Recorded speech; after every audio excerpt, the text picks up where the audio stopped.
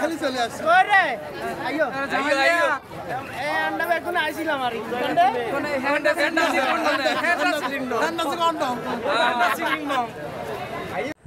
Hello বন্ধুরা, আসসালামু আলাইকুম। আজকে আমরা চলে আসলাম ফ্যান্টাসি কিংডম। এটি বাংলাদেশের অন্যতম একটি জনপ্রিয় থিম পার্ক। তো আপনারা যারা ফ্যামিলি নিয়ে এখানে আসতে চান তো সবাই আসতে পারেন। এখানে এই ভিডিওর মাধ্যমে বলে দেওয়া হবে কোথায় কত খরচ হবে, কিভাবে আসবেন, সব কিছুই এই ভিডিওতে আছে। আপনারা ভিডিওটি লাস্ট পর্যন্ত দেখতে থাকেন।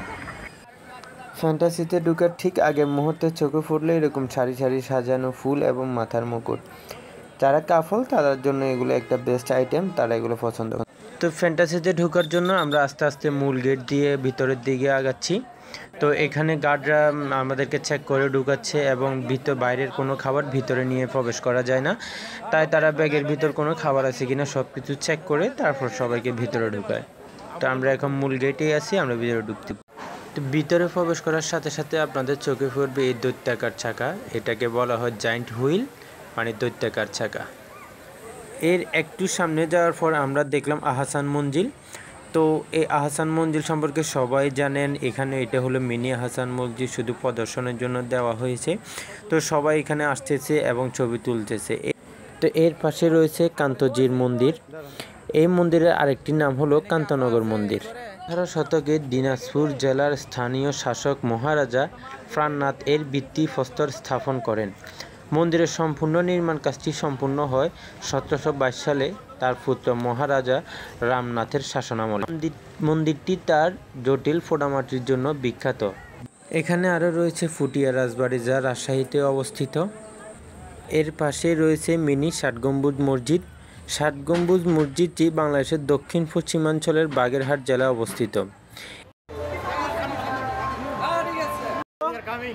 রোলার কোস্টার শেষে আমরা সুইমিং করার পরে আমরা দুপুরে লাঞ্চ করব। লাঞ্চের পরে টিকিট, তারপরে আমাদের শিল্পীরা আসবে, কুখ্যাত বিখ্যাত শিল্পীরা। তারপরে তাদের আমরা নাচ গান দেখছেন দেখবো। এখন রোলার কোস্টারের জন্য লাইনে দাঁড়াবো। অনেক বড় লম্বা লাইন। আমরা কিসের লাইন?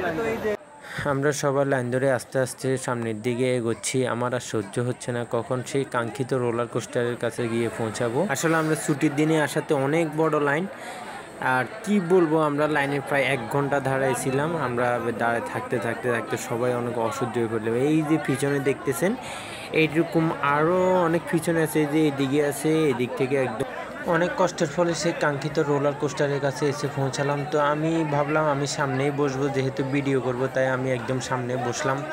অনেকে আমাকে বলতেছে যে মোবাইল সাবধানে রাখার জন্য। তো রোলার কোস্টার ছেড়ে দিব, এখন ছেড়ে দিল।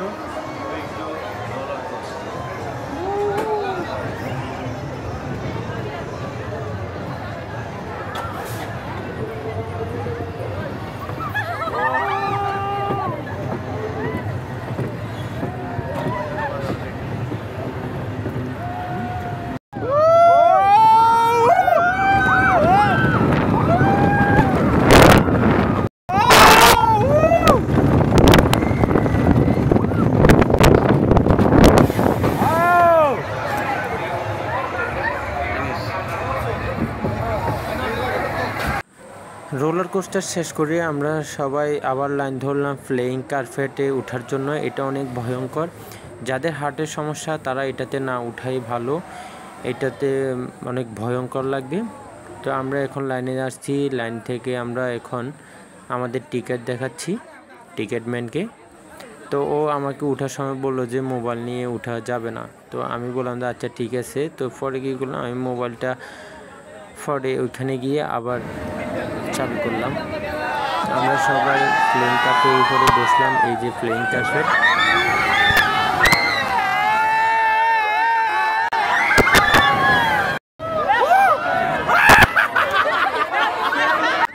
ফ্লাইং কার্পেট শেষ করে আমরা সবাই চলে গেলাম বোট রাইডে।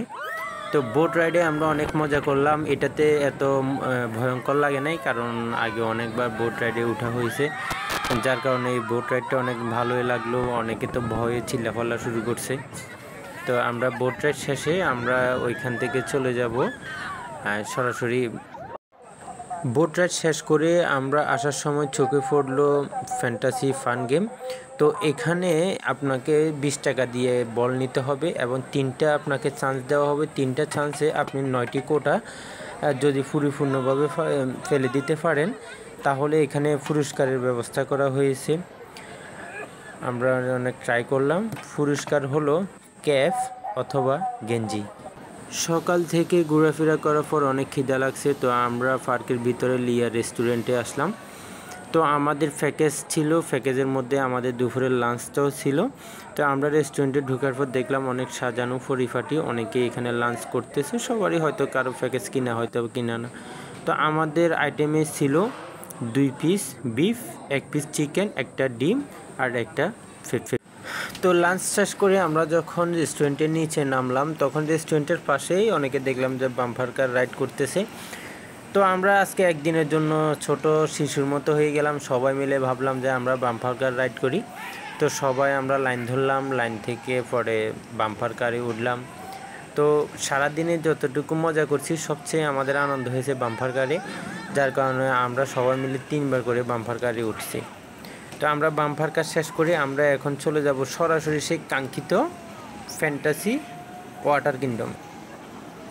তো এই তো ওয়াটার কিংডমে প্রবেশ পথ। তো আমরা ভিতরে প্রবেশ করব। তবে একটা কথা বলে রাখি, ওয়াটার কিংডমে প্রবেশ করার সময় 600 টাকা রাখবে, কিন্তু ভিতরে প্রবেশ করার পরে আপনারা মালামাল রাখার জন্য ওরা আবার এক্সট্রা চার্জ করবে। আমাদের থেকে নিয়েছিল 200 টাকা এবং বড় একটা ঢুল অথবা চাকার বেলুনের জন্য নিয়েছিল 200 টাকা, টোটাল 400 টাকা নিয়েছিল। তো আপনারা যারা যাবেন তারা এটার প্রিপারেশন নিয়ে যাবেন। তো আমরা এখন ওয়াটার কিংডমের ভিতরে। তো এর মাঝে বলে রাখতে চাই, আপনারা যারা আসতে চান ফ্যান্টাসি কিংডম, তো আপনারা আবদুল্লাপুর থেকে, যারা ঢাকা থেকে আসবে তারা আবদুল্লাপুর থেকে আপনারা নবীনগরের বাসে উঠবেন। নবীনগরের বাসে উঠে আপনারা বলবেন যে ফ্যান্টাসি গেট। ফ্যান্টাসি গেট বলে আপনাদেরকে ফ্যান্টাসির একদম সামনে নামায় দিবে।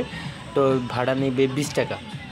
আর যারা সাভার থেকে আসতে চান তারা সাভার থেকে অটো করে আপনারা আসতে পারেন এদিকে।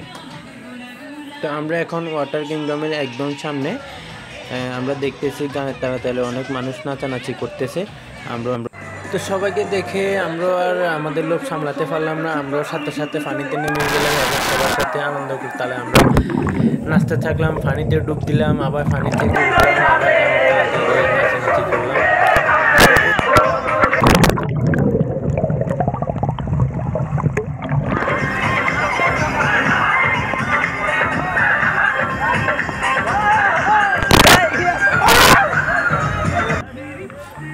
তো উপরে ডান্সাররা ডান্স করতেছে, আমরা নিচে পানিতে ডান্স করতেছি তাদের তালে এবং অনেক মজা করলাম। তো ফ্যান্টাসির ভিতরে আপনি যা যা করবেন সব কিছুই ফ্রি, ওই 600 টাকার মধ্যে সব কিছু। শুধু ভিতরে ঢোকার পরে আপনি মোবাইল, মানি ব্যাগ, আপনার কাপড় চোপড় রাখার জন্য ওরা ছোট একটা আপনার বক্স দিবে। আর ওই বক্সে তালা মারার জন্য যে তালাটা নিতে হবে আপনাকে, ওই তালাটাই 200 টাকা দিয়ে নিতে হবে এবং ওই তালার চাবিটা আপনি আপনার কাছেই রেখে দিবেন। আর আসার সময় আপনি আপনার ওই চাবি দিয়ে আপনার মালামালগুলো নিয়ে আপনি ওই তালা আর চাবি আপনাকে আবার জমা দিতে হবে। ওইটার জন্য 200 টাকা নেবে। আর এই যে বেলুনটা দেখতেছেন এটার জন্য 200 টাকা নেবে। তো আপনারা যারা যাবেন তাদেরকে বলে রাখি, আপনারা 200 টাকা দিয়ে এই বেলুনটা নেবেন না, কারণ ওইখানে ফ্রি বেলুন দেওয়া থাকে। তারপরে ওরা আসার সময় ভয় দেখায় যে ওইখানে বেলুন ছাড়া পানিতে কীভাবে নামবেন, বেলুন নিয়ে যান, না হলে পানিতে মজা করতে পারবেন না।